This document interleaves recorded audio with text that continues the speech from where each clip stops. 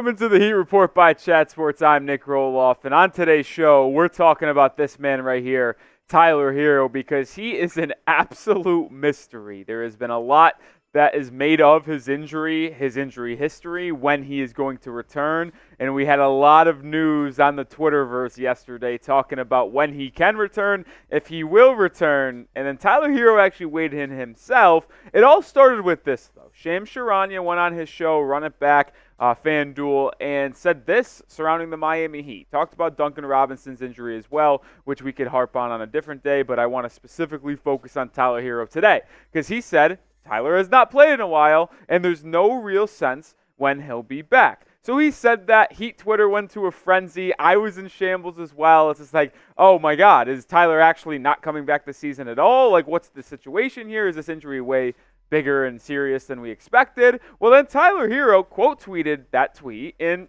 just simply had cap. Which, if you don't know what that means, he's basically calling bullshit on it and says that that is not the actual story here, which alludes to him having a timetable to return.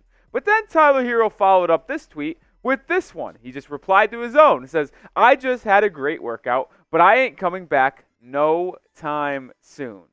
I don't know if that's sarcasm. I don't know what that is. We're going to talk more in depth on this tweet and what Tyler means to this team here in just a second. But first, I want to get your thoughts on this, because he is maybe the most divisive player on this Heat roster. A lot of people love Tyler Herro. A lot of people dislike Tyler Herro. I want to know where you stand. Should Tyler Herro be traded this summer? Get him off this Heat roster. What do you say? Type Y for yes, type N for no. I do want to go back to this tweet, though, from Tyler, because there has been a lot of reports that he's been working his way back, and he's been working out and trying to get back on the court. But then if he says there's no timetable to return, and maybe he does have a timetable, but no one has told us there's a timetable, right? That's the part that I am struggling with the most here. That second part, but I ain't coming back no time soon. Is he trolling, or is he being serious? Because I think there is a very serious possibility that he is trolling Shams, who said there is no timetable, by him saying, I ain't coming back anytime soon, but I just had a great workout, right? But he could also be being serious of I just had a great workout, I'm trying to ramp up and get back on the court, but it's not going to be anytime soon. It's really hard to read into this, but if there is one thing that we all can read into, that it's probably the Miami Heat needing Tyler Herro if they want to go on a run to the postseason once again. Obviously, they made that run last year in the playoffs without Herro, as he got hurt in that first game against the Milwaukee Bucks in round one. And I know a lot of people aren't the biggest fan of Tyler's game, but you can't deny that he's been able to do some really nice stuff for Miami in the games he has played this season. He's averaging a career high in points. Now, it's not going to really count because he hasn't played enough games, but he was also the second best three-point shooter on the team, shooting 39.9% from beyond the arc on the most attempts from the team. He was shooting about 8.1 shots a game. Duncan Robinson shooting 40.5% from three on about 7.5 attempts a game. So Tyler has the most volume, but he was also very efficient with his three-point shooting. And that's the part that Miami needs the most, man. They need Tyler or Duncan to be back so they could provide more spacing and better three-point shooting, because without them, the best three-point shooter on the team is Caleb Martin, Nikola Jovic. That's not the most ideal situation if you're the Miami Heat. And if we kick this thing back to Tyler Herro and the discussion around him, the concern for him with this roster and long-term is not the games he has missed this season. I know he's only played in 36. He's likely not going to get over 42 this year. It's the career games missed, not just this year. Over his career, he has missed 104, 105 games. That's averaging damn near 20, 25 games a season where he is not on the court. And I know Tyler works very hard, and it's not his fault. It just happens to be he's an injury-prone player. But the issue here is that if you want to be the third best player on this Heat roster, on a championship contending team, you simply have to be available for the entire season. Playoffs, regular season, it does not matter. I know Jimmy has his in and outs of the lineup, but he's a veteran. He's proven that he can play 70, 80 games a season. Bam has done the same thing. Tyler has not shown the ability to do that. I don't think he's ever played more than 66, 67 games in a season in his career, and that's just flat out unacceptable if you want to take that next leap to be an all-star, all-NBA caliber player, and to be the third best player on a championship contending team. That is a massive concern of mine that we're going to talk about in the offseason, and we're going to talk about in this video later on as well. I do want to flip it to this, though, because if you were on Heat Twitter, you may know this person, Austin, Chef Trilly, and I know that he is not a reporter, but if you've documented the situation, he is pretty close with Tyler Herro at this point. He's attended workouts in the summer with him, and the slander that Austin used to put on Tyler Herro squash, and now they're cool. And he talks with Tyler. So him saying this isn't nothing to me. I put stock into this. He said 14 will be back soon. Like he just tweeted, he had a great workout. I told y'all he's been ramping up. I wish I could give y'all cleaner updates, but I'm not trying to make anyone look bad if shit don't go according to plan. I'll leave that to 14 or the Heat to give y'all an official timetable. So my takeaway from this is that it's kind of just what Tyler Herro said, right? There is no timetable to return. It's very unclear if Herro will be able to return.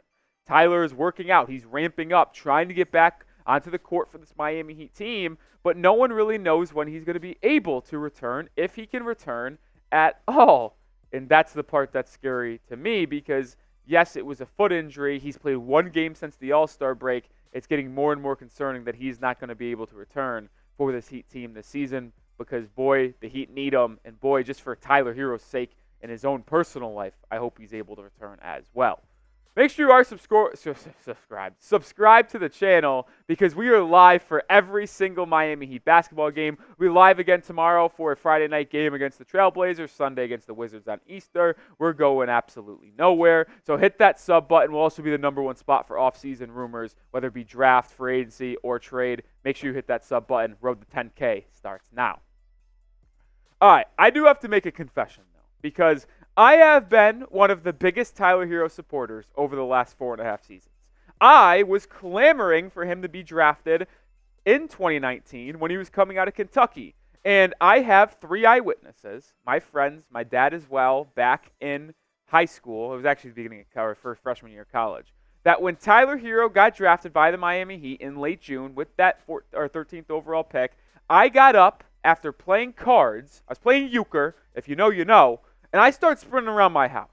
I mean, I love Tyler Herro. I want him to get drafted here because I know he's a great shooter. He has developed in this Heat system. He comes from Kentucky, line of good guards. He's clutch. Remember that shot he hit against Houston, I believe it was, in the Sweet 16 in that NCAA tournament?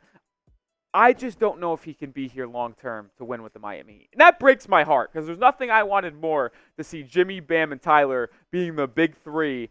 Not a big three, but the main 3 leading this Heat team to a championship. But because of his injury history, and honestly, the way Jimmy and Bam have been fitting, Tyler included, I just am not sure that these 3 can win a title together, and I am damn sure it will not happen when Tyler Herro is missing 25 games on average a season. That sure won't happen. But the problem is that I'm facing is I don't know if you could trade him this summer. If you want to upgrade from that position, how are we going to do that? Are we going to trade Tyler Herro? The reason why I don't know if that's going to be possible is because his stock is going to be as low as it ever has been in the NBA. I mean, his stock was the highest coming off that 6-man a year. But there would be no reason for Miami to trade him either because, well, his stock was pretty high.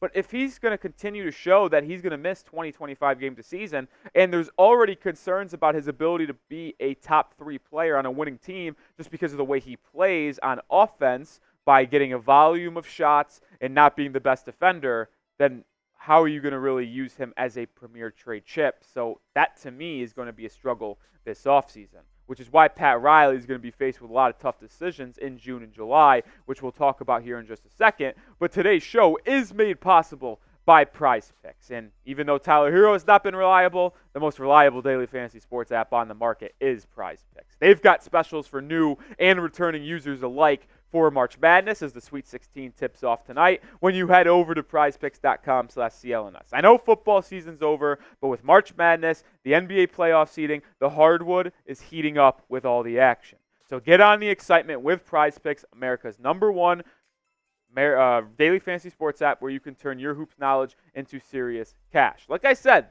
Sweet 16 does tip off tonight. Get started today. I have 3 picks for the Sweet 16. I got a game tomorrow in Creighton, Tennessee, and a game tonight in Iowa State, Illinois. I took the more than on 10 points for Milan. I botched the last name. I'm not going to do it again. He is a good shooter, though. I expect him to get a lot of shots up against an Illinois defense that isn't that good. I also take more than on Dalton Knecht, 20.5 points. #1 league scorer, likely lottery pick for Tennessee Volunteers. I expect him to have a really good game against the Creighton Blue Jays. And then Marcus Damask, less than 16.5 points. Iowa State plays fantastic defense. I think they key in on Damask, the shooter, do-it-all player for Illinois. I expect him to go less than tonight on 16.5 points. Prize Picks is so simple. You pick more than or less than on 2 to 6 player stat projections, and you can watch the winnings roll in. Get started now if you haven't already at prizepicks.com/CLNS. Get a first-time deposit match of $100. Prizepicks.com/CLNS. Pick more, pick less. It's that easy. All right, let's flip it back to Pat Riley because I think he's going to be faced with a very tough decision in this offseason. What does he do with Tyler Herro? Does he move off Tyler? That is his guy. That is this front office's guy. They have consistently assured him that he will not be dealt for anyone other than an elite top-tier player, a Damian Lillard, a Kevin Durant, a top 75 player in the NBA if you take that report from last summer at face value. But can this core win a title? That's my concern. Bam, Jimmy, and Tyler. We've seen it. They've had a lot of success. But are they good enough? Do they have the talent to get over the hump and beat a team like Denver? Consistently beat this Celtics team that is getting better every single year. And I give Boston a lot of credit. It hurts me to say this. It does. But Brad Stevens and that Celtics front office have made radical changes to that roster.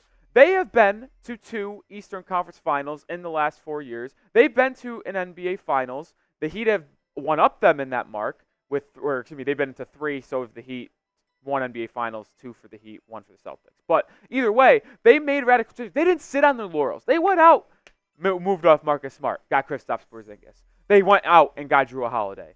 No regard. They did not care. They realized they were not good enough to win an NBA title. They had to make radical changes to the roster in order to get better. And my question is, when will he do the same thing? Enough with the we like our team bullshit. I'm sick of it. I really am. If this team falls short in the postseason, and I say falls short is that they don't make it to the Eastern Conference Finals again, I believe changes need to be made, whether that be Tyler Herro and Terry Rozier, one of them being gone in this offseason to find an upgrade. Maybe Jovic or Jaquez has to be used to acquire a top-end veteran to really help this team. Not going to say trade Jimmy or Bam. That's not what I'm going to be about. But when you look at the rest of this roster, how can this guy make serious changes to help Jimmy and Bam go closer to an NBA title? It was right there last year with Damian Lillard. I don't know if they didn't pull the trigger on it. They didn't want to meet the Blazers' price point. Joe Cronin didn't want to negotiate, whatever you want to say. But that was the move that needed to be done. It wasn't done, and now we're sitting here in the play-in once again.